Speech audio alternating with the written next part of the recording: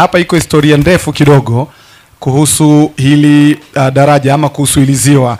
Wakati ule wa hayati John Pombe Magufuli alielezea historia kwa ufupi kuhusiana na namna watu walivyopata matatizo makubwa hapa. Na mimi ukiniuliza leo nitasema Magufuli alikuwa ni mtu kama mtu wa wazo, Daktari Samia ni kama hero. Kwa hiyo katika hili tunasema karibu sana Mheshimiwa Waziri. Asante sana Alois.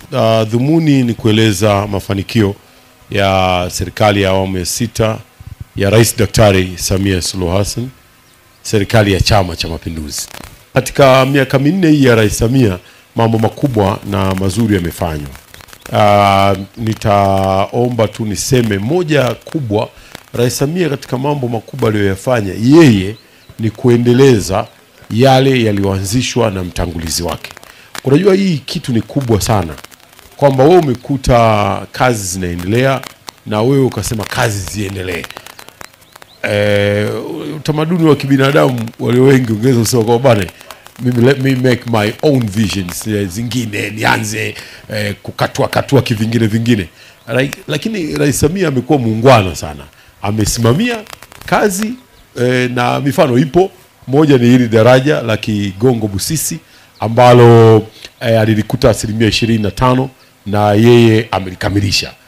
Ilikuwa imelipwa takriban bilioni kama 130 tu advance payment, ila awali amelipa zaidi ya bilioni 500 yeye mwenyewe. Kwa hivyo na ameilipa katika nyakati ngumu sana zile za corona. Unaweza kaona amechukua nchi katika nyakati ngumu, na ndio maana ngoja niwakumbusheni, unajua Rais Samia amepewa tuzo mwaka 2022 ile ya African Development Bank, benki ya maendeleo ya Afrika, inaitwa Abubakar Ndiaye. Ile tuzo amepewa ni kwa sababu ya uimara wake kwenye nyakati ngumu. Na hii ni historia ya Watanzania.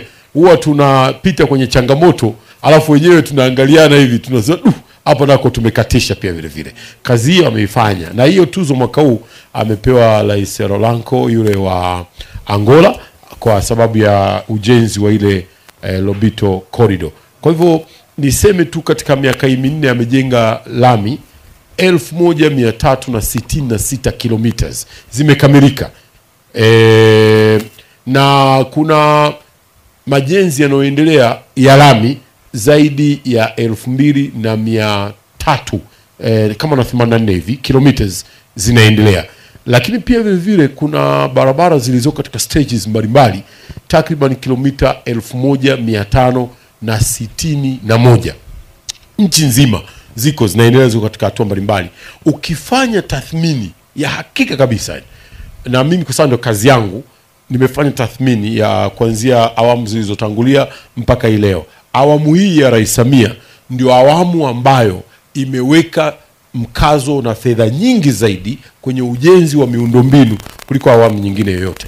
Amekuta madaraja 8, mengine ameanzisha, mengine ameyaendeleza, ameyakamilisha yote.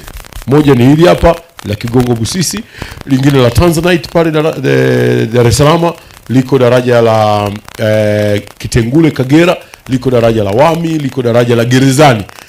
Pale Gerezani unajua watu hawajui kama kuna daraja. Sisi tunapita chini, juu SGR inapita.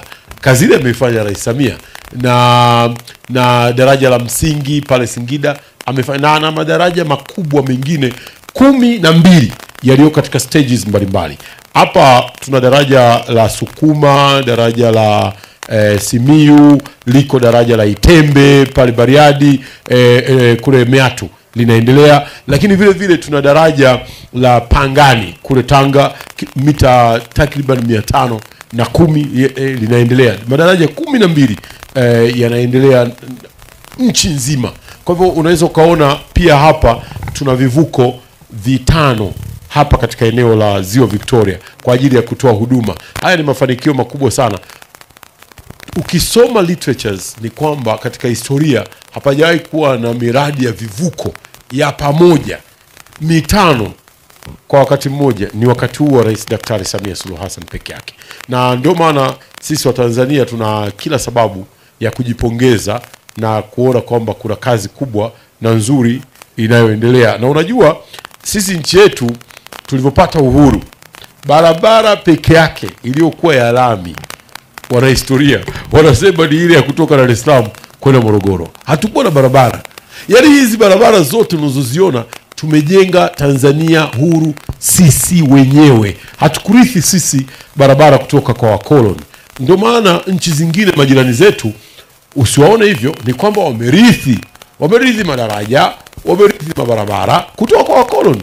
Sisi tumejenga wenyewe kama Watanzania. Kwa hivyo ni lazima tujipongeze, na tunampongeza sana Rais Samia kwa kuendeleza kazi kubwa na nzuri ambayo watangulizi wake